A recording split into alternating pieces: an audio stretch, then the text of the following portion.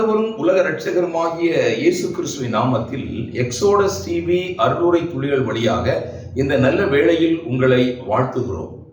நோய்களுக்கு காரணி நுண்ணுயிர், ஜெர்ம் தியரி ஆஃப் டிசீசஸ்.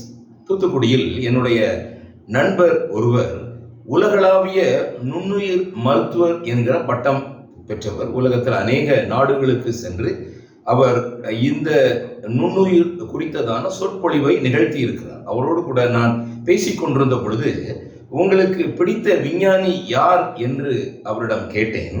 அப்பொழுது அவர் கூறினார், லூயி பாஸ்டர். இவர் பிரான்ஸ் தேசத்தில் வசித்தவர் என்றும் அவரை குறித்து ஒரு சில காரியங்கள் அவர் என்னோடு கூட கூறினார்.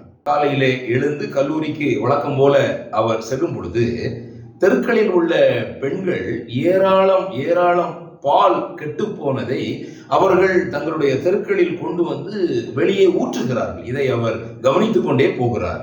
சில நாட்கள் ஆனது. ஏன் இவ்வளவு பால் விரயம் செய்யப்படுகிறது என்று சொல்லி யோசித்த பொழுது, நொதித்தல் அல்லது பாஸ்டரைசேஷன் என்கிறதான மிக எளிமையான கண்டுபிடிப்பை உலகுக்கு கொடுத்தார். இந்த லூயி பாஸ்டர் நுண்ணுயிரின் தந்தை என்று அழைக்கப்படும் வேதியியலாளர். நொதித்தல் நிகழ்வை உற்று நோக்கும் போது நுண்ணுயிர்களை பற்றி இவர் அறிந்து கொண்டார். இவரது பங்களிப்பு மிகவும் அரியது.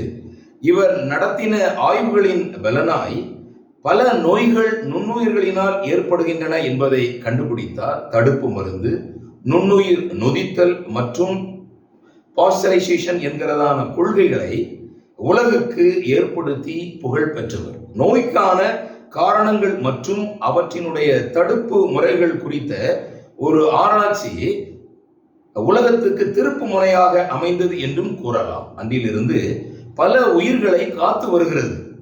பிரசவத்துக்கு பிந்தைய தொற்று நோய்களினால் ஏற்படும் இறப்பு விகிதங்களை கட்டுப்படுத்தி இருக்கிறது.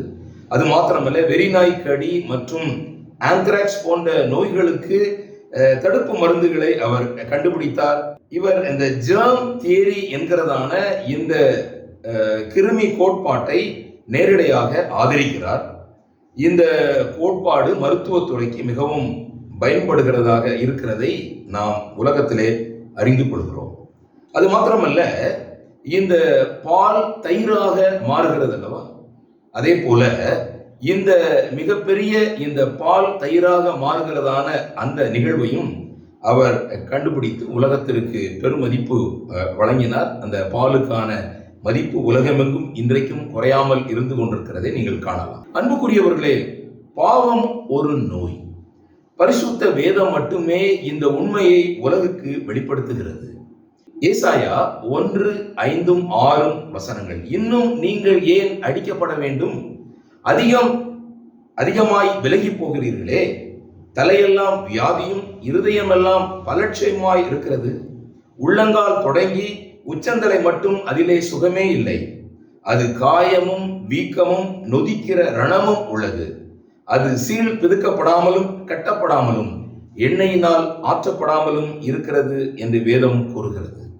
வேதம் பாவத்தை ஒரு நோய்க்கு ஒப்புமைப்படுத்துகிறது. நாம் எல்லாரும் அறிந்திருக்கிறபடி குஷ்டரோகம், பிளவை போன்றதான அநேக நோய்கள் வேதத்துல பாவத்துக்கு ஒப்புமையாக எழுதப்பட்டிருக்கிறது. பாவத்துக்கு எப்படி பிரமாணம் இருக்கிறதோ அதே போல குஷ்டரோகத்திற்கும் பிரமாணம் இருக்கிறது. பாவத்துக்கு பின் விடுதலை செய்யப்பட்டவர்களுக்கு என்ன பிரமாணம் வேதத்தில் எழுதப்பட்டிருக்கிறதோ அதே போல குஷ்டரோகம் நீங்கி சுகமான பின்பு அதற்கும் பிரமாணங்கள் எழுதப்பட்டிருக்கிறது. ஒரு பாடல் இவ்விதமாக நாங்கள் பாடுகிறோம்.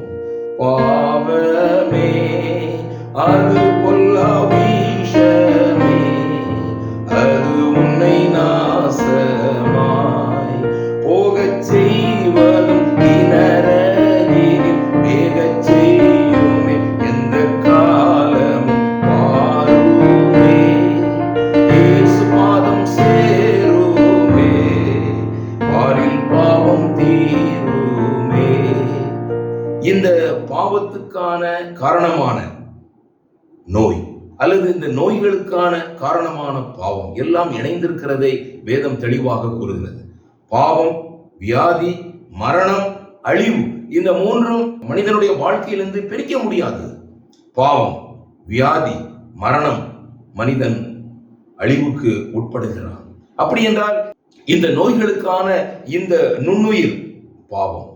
இந்த பாவத்திலிருந்து மனிதன் விடுதலையாக வேண்டும் என்று ஆண்டவர் விரும்புகிறார். இயேசு கிறிஸ்து பூமியில் இருந்த பொழுது மத்தேயு 9:35 பின்பு இயேசு சகல பட்டணங்களையும் கிராமங்களையும் சுற்றி நடந்து ஜெப ஆலயங்களில் உபதேசித்து ராஜ்யத்தின் சுவிசேஷத்தை பிரசங்கித்து ஜனங்களுக்கு உண்டாயிருந்த சகல வியாதிகளையும் சகல நோய்களையும் நீக்கி அவர்களை சுஸ்தமாக்கினார். இது கர்த்தராகிய இயேசு கிறிஸ்து மனிதனுக்கு பாவத்திலிருந்து விடுதலை கொடுக்க போகிற நித்தியமான விடுதலைக்கு ஒரு நிழலாக இருக்கிறது. மத்தேயு 8:17 அவர் தாமே நம்முடைய பலவீனங்களை ஏற்றுக்கொண்டு நம்முடைய நோய்களை சுமந்தார் என்று ஏசாயா தீர்க்கதரிசியினால் உரைக்கப்பட்டது நிறைவேறும்படி இப்படி நடந்தது. அவர் தாமே நம்முடைய பலவீனங்களை ஏற்றுக்கொண்டார், நம்முடைய நோய்களை சுமந்தார். இயேசு கிறிஸ்து பூமியில் இருந்த பொழுது 38 வருஷம் வியாதி கொண்டிருந்த ஒரு மனுஷனை சுகப்படுத்தினார். படுத்திருந்த அவனை இயேசு கண்டு அவன் வெகுகாலமாய் வியாதியஸ்தன் என்று அறிந்து அவனை நோக்கி சொஸ்தமாக வேண்டும் என்று விரும்புகிறாயா என்று கேட்டார். மாத்திரமல்ல, யோவான் 11 லாசரு வியாதிப்பட்ட போது இயேசு அதை கேட்ட பொழுது இந்த வியாதி மரணத்துக்கு ஏதுவாய் இராமல் தேவனுடைய மகிமை விளங்குவதற்கு ஏதுவாய் இருக்கிறது என்று கூறினார். தேவனுடைய குமாரனும் அதனால் மகிமைப்படுவார் என்று கூறினார். எப்படி ஒரு நோய்க்கான காரணம் நுண்ணுயிரோ அதே போல இந்த வியாதிக்கான காரணம் பாவம், இந்த மரணத்துக்கான காரணம் பாவம் என்பதை வேதம் தெளிவாக கூறுகிறது. யாக்கோபு 1:15 பின்பு இச்சையானது கர்ப்பம் தரித்து பாவத்தை பிறப்பிக்கும், பாவம் பூர்ணமாகும் போது மரணத்தை பிறப்பிக்கும், மரணத்தின் கூர் பாவம், பாவத்தின் பலன் நியாயப்பிரமாணம். இந்த பாவ வியாதியிலிருந்து விடுதலை வேண்டுமா? ஆண்டவராய் இருக்கிற இயேசு கிறிஸ்து நம்முடைய பலவீனங்களையும் நம்முடைய நோய்களையும் நம்முடைய பாவத்தினுடைய அக்கிரமத்தையும் அதனுடைய சகல விதமான சாபத்தையும் கல்வாரி சிலுவையிலே அவர் சுமந்து தீர்த்தார் என்று வேதம் கூறுகிறது. ஆண்டவராய் இருக்கிற இயேசு கிறிஸ்துவண்டை வருகிறவர்களுக்கு அவர் பாவத்தின் பயங்கரத்திலிருந்து விடுதலை தருகிறார், பாவத்தினுடைய ஆக்கின தீர்ப்பிலிருந்து விடுதலை தருகிறார், நித்தியமான சந்தோஷத்தையும் சமாதானத்தையும் பூரணமான சுகத்தையும் தேவன் நமக்கு அருளி செய்கிறார். நம்முடைய ஆத்மா அழிவில்லாதது. நம்முடைய சரீரமும் ஒருவேளை இந்த உலகத்தில் அழிந்து போனாலும் அது மறுரூபமாக்கப்பட்ட சரீரமாக ஆண்டவரோடு கூட நித்திய காலமாக ஒரு பூரணமான ஒரு சுகமான ஒரு மனிதனாக அவரோடு கூட வாசம் செய்வதற்கு தேவன் உங்களை அன்போடு கூட அழைக்கிறார். அவருடைய பரிசுத்த நாமம் இன்றும் இன்னும் மகிமைப்படுவதாக. ஆமென்.